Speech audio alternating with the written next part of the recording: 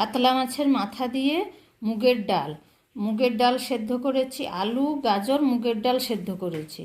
তারপরে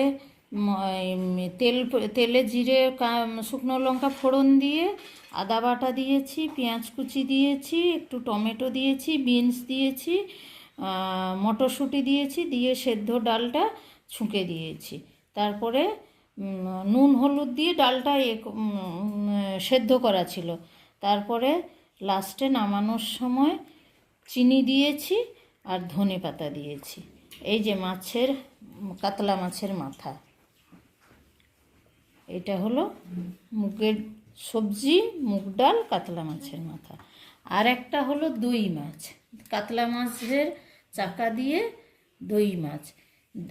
দইয়ের সঙ্গে আদা কাঁচা লঙ্কা, পেঁয়াজ কুচি,